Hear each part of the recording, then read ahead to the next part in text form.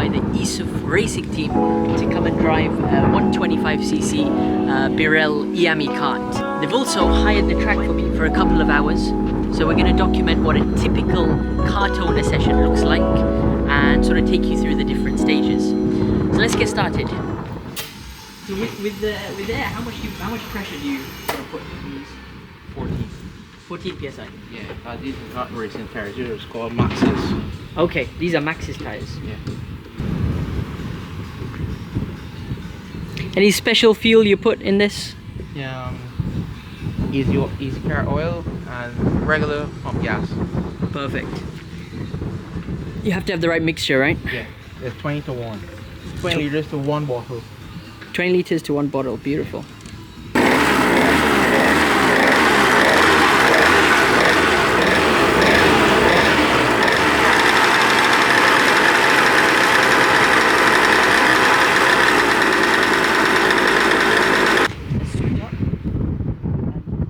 I see you got lead on here. Is that from the championship? Yeah.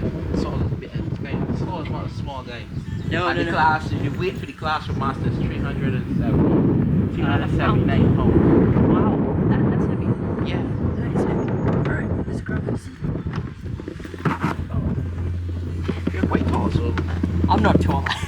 push the pedal, push the gas, I mean. Gas, brake. It's a bit far. That's the only thing, because I'm having to leave. Yeah, we got the seat.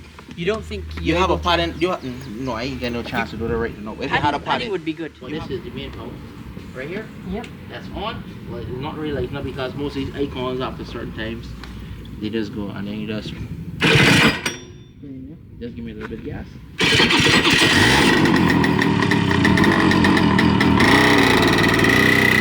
So as we head out onto the track, this is the first of 4 15-minute sessions that we did across the course of the day. Now the reason for this was to try out different track layouts. That's one thing unique about Bushy Park. There's so many different layouts that you can try, and we were able to test a number of them. Now the first session was interesting because I drove probably the most high-speed layout. It was quite simple cornering wise. I mean, the most technical part was probably the hairpin and then coming up the hill, the fast right-left chicane. But the aim of this session was just to warm the kart up and get up to grips with it. Now, especially going through the downhill section, which was absolutely flat out, you're then coming to the tight hairpin turn where braking is very important. Now, a few times I overshot my braking point. Fortunately, there were no barriers there, so I had some runoff. But it was really about finding a reference point very quickly for your braking. And the idea in these two-stroke karts is you want to carry the brakes into the corner all the way to the apex point. Come on, feel shot 5 chains for me. 1 second. Right, that's the first 10 minutes done. That's meant to be like a warm-up session, and you're sort of getting up to speed with the track. Now remember, this is a wide track, so the configuration we've taken is quite high speed, and yeah, especially for the 2 braking points, you really have to find the limit of the brakes. What we're gonna do now is drive the same configuration but in reverse. So everything I've done I'm going to do in reverse now. So that's going to be interesting, especially that downhill section down there. That's going to be challenging. So let's go out for another session in reverse now this time. Yes, sir.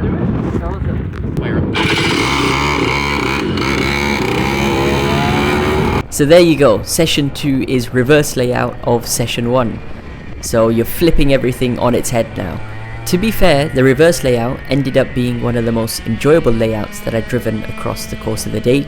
I love the first 3 corners. This is all uphill now.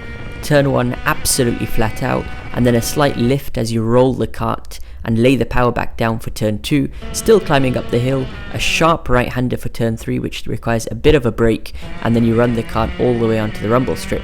Now the high-speed part of the track, flat out, fast right-hander onto the straight for a blind braking point. Now the reference ended up being the gate on the left-hand side, so a hard brake, chuck the kart into the right, and then to the left, so you got the right left chicane, and then it's a hard brake as you go downhill for this hairpin turn where a couple of times you just feel the rear end of the kart slip out on you, but it's important to direct the kart towards the inside curb and then lay the power back down as you ascend back up the hill to complete the lap.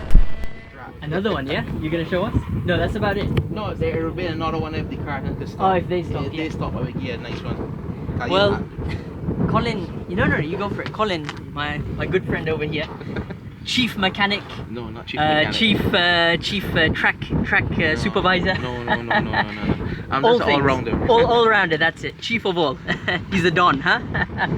He's been showing us some layouts, and we've been having, we're what, halfway through so far? I would say halfway. We're about. You're quite fast. That's phenomenal for your first time out here. Appreciate it. So I'd like to see what you could do in the future if you could actually come and actually do a race meet here with us. Yeah, absolutely. Because we have Zane, little brother, who's actually driving in 125. Is actually the fastest man out of everyone there. Amazing. So I would probably see you. But when again we will be seeing you? Soon. Hopefully sometime again this year. Before the season closes. The season ends in November. November. November will be last race week for anything in the Caribbean because December is we're Christmas. Yeah. So just try to get everything finished in November. So Gotcha. that way Christmas will be the most busiest season. Right. So we don't really have time to deal behind race cars or whatever it is. Yeah. Even the rally section, the rally division and everything stops off in November. Oh, in November, yeah. Before the holiday time. Yeah, because everything is start. Well, Go Karting start first, which is before February. Okay. They're gonna start off here, and then we're gonna have a track day. Yeah. Which is gonna be the following week. Yeah. Then we're gonna have the first warm-up rally where everybody who haven't driven last year Yeah. had car problems during Rally Barbados will come and actually get a chance to shake down the cars. Okay. Probably the guys down there, you can see the guys in the workshop are working on the rally cars. They're trying to get things streamlined and ready. Yeah. And then there's the radical race meet, which we're gonna have sometime. Not sure yet. We're waiting on a date. And then the saloon cars. Yeah. So you're pretty much packed for this. Yeah, we're pretty much packed, but we're just waiting on the dates to get released. Exactly. No, it's good. Well, so far we've done a couple of layouts. We did one high-speed layout going basically this way down the ridge. And then we did the reverse, which was quite fun because going downhill. Exactly. Because when you're going downhill, remember that you're going to be on the power, so when you hit the brakes, you're going to feel it. And then, you feel it. Yeah, the adrenaline inside of you just tell you go fast. Yeah. Well, what I love about the IAMI compared to Rotax, which is what I've also done, is the revs stay quite high. Yeah. These things is rev all the way to 16,000, but we don't want to carry it so high because it could burn the piston. Gotcha. Because what happened, we had a lot of them where the head just blew. It just blew up at 16,000. Yeah. I saw when the Micron was on about 14,500 it was. Yeah, 14.5 is good to keep these at, but if you go exceed like 15,000, that's when you hit trouble. Yeah, you're in trouble. Then you got the exhaust melts or whatever it is. So we don't really. No, I'm really enjoying it because it's been a long time. I think it's been about 6 or 7 years since I last drove IAMI, right? So it's like going back into it. And in between I've done a number of Rotax sessions. So with the Rotax, you'll find in the corners the revs really dip. They dip, and then when they do pick up, they take a while before they get back up. So I was imagining if this was Rotax up that hill or there. Yeah, you would have got like a little delay in the rev. You'd get a delay. Of course, that suits different driving styles and things like that. Don't forget, we run one single carburetor that everybody you could take off and then slap on another engine because everybody has to be in the same spec for the series. Yeah, exactly. Well, for your championship, you have and we run the number 77 sprocket. Yeah. And the 104 cheese. Yeah. No, it's in good condition. To be fair, now I've done a number of laps. The tires, they don't look that mashed. No, because they're just laying for a year, so they can. You know when an old tire gets temperature and it's like 4 or 5 cycles, that's when it's done. Exactly. You could get 4 or 5 sessions out there comfortable, and then the last session, when tires it actually goes off. Yeah. No, you're right. These are good to go. We're gonna do one really interesting layout now, which has a jump in it. So I'm literally gonna be airborne. Colin is telling me. Let's see how that goes. We've cooled down a bit. Let's hit the track. So you see this section here? Wow. See the hammer? Holy moly. Let's take the time through here. Right, wow. Huge sausage curb. Yeah. Just watch the rumble strips when you exit in. Look at that, yep. Alright. I'm going to make it a little interesting and the shack and the jump. Oh my gosh. Shack and jump. What is this? Enter into the shack. This is the shack, so you're going to enter here, right? Alright. Well, you see this corner? This is a very deep right hand. Oh. So there's actually like a jump. Look at this. So you can come mid-air here. Just be careful for the water. Yeah. There's a bit of a puddle there. Oh damn. Okay. right? And then you can go through this section. And then back up the hill, yeah? Right? So we can reverse. We can go through back this section. Yep, back up the hill. Back up the hill. And instead you going back that way, you can come around back this way. Take a hairpin over here, awesome. This is the hairpin. So you think you got that? Let's do one more lap. Quick lap. Because that part is worrying me. That part is going to be insane because when you get down there, you're going to go airborne. Yeah, and is that fine for these carts? Well, so far, the most that happens is the chain is bounce off. So, if the chain doesn't pop off, we're good. All you gotta do is, when you approach your corner, you just see how flat, or don't try to take it too flat. Yeah.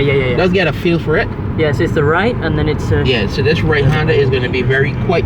This is a very quite fast hand. I'll show you the banking over here.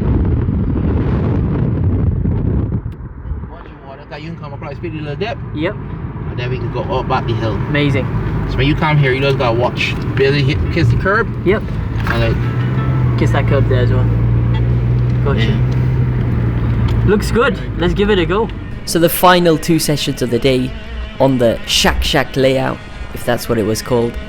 One of the most interesting layouts I've ever driven. And honestly, this is all about confidence. How brave are you willing to be, and how much are you willing to push the cart? Well, it all starts from turn 1. It's a long right-hander, which doesn't require braking, but an early lift off the gas pedal, and then you lay the power down as you get closer to the apex is sufficient. Run the cart out towards the rumble strip on exit. Now, keep your foot pinned to the floor as you head slightly uphill to a banked right-hander, which ideally is taken absolutely flat out. Commit the cart, but make sure you use the runoff on exit. That's the most important part. And that's in preparation for the Shack, this tight right-hander, which you really got to get onto the brakes and slow the cart down. Then direct the cart towards the right-hand side and lay the power back down. Full send it over this mini jump, and trust me, you feel that impact on your body. My hip, especially on the right hand side, was sore after, because it's actually a slight left-hander. And now the final part of the track is all about timing and accuracy and how brave you're going to be. You have to clip the curb on the right and on the left at the right angle, otherwise you'll feel the cart step out on you and you'll spin. And then you've got to brake hard and earlier than you think for this really sharp right hand hairpin, which is the final corner, to complete your lap. Now I have to say, I absolutely love driving this 2-stroke kart on the different layouts at Bushy Park. It truly is a unique track. It's got the vibe of an unforgiving old school racetrack where it's really driver dependent. Who's going to be the bravest? Who's going to brake the latest? Who's willing to take certain corners flat out? And ultimately, there's a very precise line that you have to take for certain corners.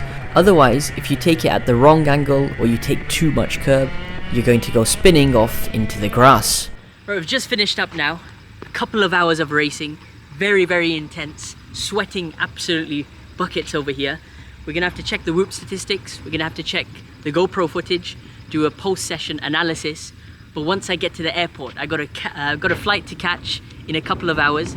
So we've got to rush to the airport, check in, make sure we don't miss that flight, and then go over the post-session analysis. But this place has been an absolute vibe. I mean, you can just tell from the background, the atmosphere is brilliant, the track is brilliant, the racing here was brilliant, and I just want to say a massive thanks to ESOF Racing for arranging this for me. Honestly, couldn't have done it without you guys, and it was on short notice as well. So hopefully next time we can have a bigger collab, maybe join one of the races, meet the community of 2-stroke races, because I know they have a championship there, and of course do some more content with the TCMB team. So many great people we've met across this Barbados tour, and this is what we want to try and capture with this vlog style of video, where you've got unique communities, unique tracks, and sort of give you guys a perspective of how it is behind the scenes. See, karting is not only about racing on the track, it's about socializing with people, about meeting new people, different ages, different backgrounds, and karting is what brings us together. So I'm so happy that I've been managed to do the 4-stroke karts with the TCMB team early on Saturday, and now today on my last day, we've done the 2-stroke karts experience with ESOF Racing. So let's look forward to later this year, so we can hopefully return to Barbados and join a race.